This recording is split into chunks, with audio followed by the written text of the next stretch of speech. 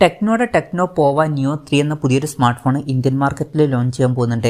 ഈ ഫോണിൻ്റെ ഫീച്ചേഴ്സിനെ പറ്റിയിട്ടുള്ള പല കാര്യങ്ങളും ഇപ്പോൾ അറിയാൻ കഴിഞ്ഞിട്ടുണ്ട്. അതുപോലെ തന്നെ വിലയെ പറ്റിയിട്ടുള്ള ചില ന്യൂസുകളും പുറത്ത് വന്നിട്ടുണ്ട്. അതുപോലെ തന്നെ ഈ ഫോണിൻ്റെ ലോഞ്ച് ടൈമിനെ കുറിച്ചിട്ടുള്ള ചില ന്യൂസുകളും ഇപ്പം പുറത്ത് വന്നിട്ടുണ്ട്. എന്തായാലും ഈ ഒരു വീഡിയോയിൽ നമ്മൾ നോക്കാൻ പോകുന്നത് ടെക്നോ പോവ നിയോ 3 എന്ന സ്മാർട്ട് ഫോണിനെ പറ്റിയിട്ടാണ്. ആദ്യം നമ്മൾ ഫീച്ചേഴ്സും കാര്യങ്ങളൊക്കെ നോക്കുകയാണെന്നുണ്ടെങ്കിൽ ഡിസ്പ്ലേയുടെ കാര്യത്തിൽ ടെക്നോ പോവ നിയോ 3ൽ 6.82 ഇഞ്ചിൻ്റെ HD+ ഡിസ്പ്ലേ വരാനാണ് സാധ്യത. ഇതിൽ ഫുൾ HD റെസൊല്യൂഷൻ വരാൻ ചാൻസ് ഇല്ല. HD റെസൊല്യൂഷൻ മാത്രമേ വരാൻ സാധ്യതയുള്ളൂ. LCD പാനലായിരിക്കും ഇതിൽ വരിക. പിന്നെ ഡിസ്പ്ലേയിൽ 90 ഹെർട്സിൻ്റെ റിഫ്രഷ് റേറ്റ് ഒക്കെ സപ്പോർട്ട് ചെയ്യുന്നതായിരിക്കും. അതുപോലെ തന്നെ പഞ്ചോൾ ഡിസൈനും ഈ ഫോണിൽ വന്നേക്കാം. പഞ്ചോൾ വരിക ടോപ്പ് സെൻറ്റർ ഭാഗത്തായിട്ടായിരിക്കും. പിന്നെ ഈ ഫോണിൻ്റെ വില 12,000 രൂപയുടെയും 14,000 രൂപയുടെയും ഇടയിലായിരിക്കും വരിക എന്നാണ് ഇപ്പോഴുള്ള റിപ്പോർട്ടുകൾ പറയുന്നത്.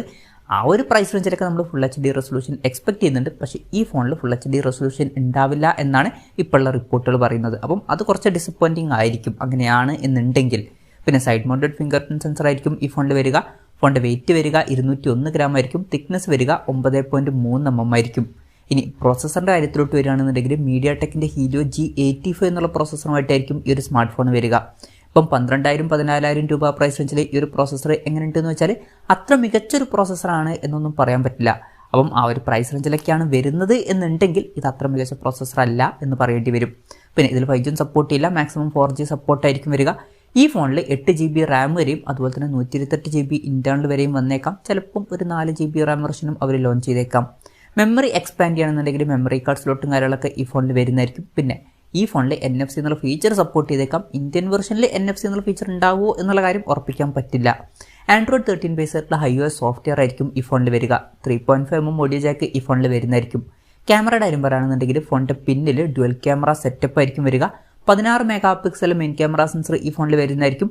പിന്നെ 2 MP ഒരു ഡെപ്ത് സെൻസറും വന്നേക്കാം. അൾട്രാ വൈഡ് ആംഗിൾ ലെൻസ് ഒന്നും ഇതിൽ വരാൻ ചാൻസ് ഇല്ല. ആ ഒരു കാര്യം ശ്രദ്ധിക്കുക. പിന്നെ ഫ്രണ്ടിൽ 8 MP സെൽഫി ക്യാമറ വരാനാണ് സാധ്യത. ഇനി ബാറ്ററിയുടെ കാര്യം പറയുകയാണെന്നുണ്ടെങ്കിൽ ഈ ഫോണിൻ്റെ എടുത്തു പറയേണ്ട ഒരു ഫീച്ചർ ബാറ്ററി ആയിരിക്കും. 7000 mAh ബാറ്ററി ഈ ഫോണിൽ വന്നേക്കാം. വളരെ മികച്ചൊരു ബാറ്ററി കപ്പാസിറ്റിയും കാര്യങ്ങളൊക്കെ ഈ ഫോണിൽ വരുന്നതായിരിക്കും. നല്ലൊരു കാര്യം തന്നെയാണ്. 18 വാട്ടിൻ്റെ ഫാസ്റ്റ് ചാർജിങ് സപ്പോർട്ടും ഇതിൽ വന്നേക്കാം. ഈ ഒരു പ്രൈസ് റേഞ്ചിൽ തിരക്കേടില്ലാത്തൊരു ചാർജിങ് സ്പീഡാണ് എന്ന് പറയാവുന്നതാണ്. ബെസ്റ്റ് എന്ന് പറയാൻ പറ്റിയിട്ടില്ലെങ്കിലും Type-C ചാർജിങ് പോർട്ടുമായിട്ടായിരിക്കും ഈ ഒരു സ്മാർട്ട് ഫോൺ വരിക. അത്യാവശ്യം തിരക്കേടില്ലാത്ത നല്ലൊരു ബാറ്ററി സെറ്റപ്പ് ഈ ഒരു ഫോണിൽ വന്നേക്കാം. ഇതൊക്കെയാണ് ഫീച്ചേഴ്സിനെ പറ്റി പറയാനുള്ള കാര്യങ്ങൾ. ഇനി ലോഞ്ച് ഡേറ്റിൻ്റെ കാര്യം പറയുകയാണെന്നുണ്ടെങ്കിൽ അതിനെ പറ്റിയിട്ടുള്ള കൺഫർമേഷൻസ് ഒന്നും ഇപ്പം പുറത്തു വന്നിട്ടില്ല. എന്നാലും ഇപ്പോഴുള്ള റിപ്പോർട്ടുകൾ പറയുന്നത് ജൂലൈ ലാസ്റ്റ് അല്ലാന്നുണ്ടെങ്കിൽ ഓഗസ്റ്റ് സ്റ്റാർട്ടിങ്ങിലായിട്ട് ഈ ഫോൺ ഇന്ത്യൻ മാർക്കറ്റിൽ ലോഞ്ച് ചെയ്തേക്കാം എന്നാണ്. കറക്റ്റ് ലോഞ്ച് ഡേറ്റിനെ പറ്റിയിട്ടുള്ള ന്യൂസുകളൊക്കെ പുറത്തു വരുമ്പോൾ അതിനെ പറ്റിയിട്ടുള്ള വീഡിയോസൊക്കെ നമ്മൾ ചെയ്യുന്നതായിരിക്കും. അതുപോലുള്ള വീഡിയോസ് കാണാൻ താല്പര്യമുണ്ടെന്നുണ്ടെങ്കിൽ ഈ ചാനൽ സബ്സ്ക്രൈബ് ചെയ്യാവുന്നതാണ്. വിലയുടെ കാര്യം പറയുകയാണെന്നുണ്ടെങ്കിൽ ഈ ഫോണിൻ്റെ വില 12,000 രൂപയുടെയും അതുപോലെ തന്നെ 14,000 രൂപയുടെയും ഇടയിലായിരിക്കും വരിക എന്നാണ് ഇപ്പോഴുള്ള റിപ്പോർട്ടുകൾ പറയുന്നത്.